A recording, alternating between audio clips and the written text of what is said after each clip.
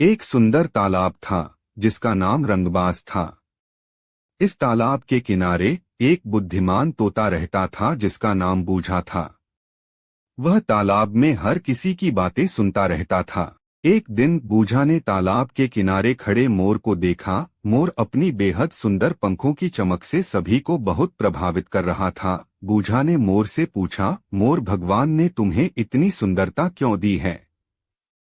मोर ने गर्व से कहा, भैया, इसमें मेरा कोई योगदान नहीं है। भगवान ने मुझे इस प्रकार बनाया है। बूझा ने कहा, अगर तुम्हें यहाँ इतनी सुंदरता मिल गई है तो मुझे भी कुछ सिखाओ कि मैं भी इतना ही प्रभावशाली कैसे बन सकता हूँ। मोर ने हंसते हुए कहा, बूझा, तू भी बहुत बुद्धिमान है, तू अपनी क्षमताओं का सही इस्तेमाल करता है। इस पर बूझा ने सोचा और उसने अपनी बुद्धिमत्ता का सही तरीके से इस्तेमाल करना शुरू किया। उसने तालाब के पानी में जीवन बचाने के लिए एक नया प्रणाली बनाई और उसने तालाब को और भी रंगीन बना दिया।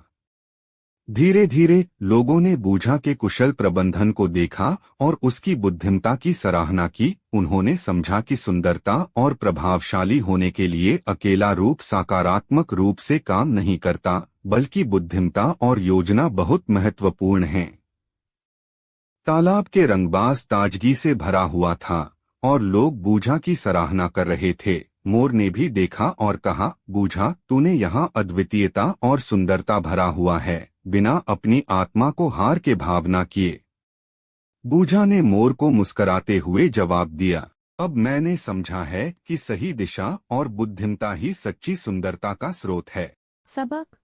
इस कहानी से हमें यह सीखने को मिलता है कि असली सुंदरता और प्रभावशाली होने के लिए बुद्धिमत्ता, योजना और सही दिशा महत्वपूर्ण है।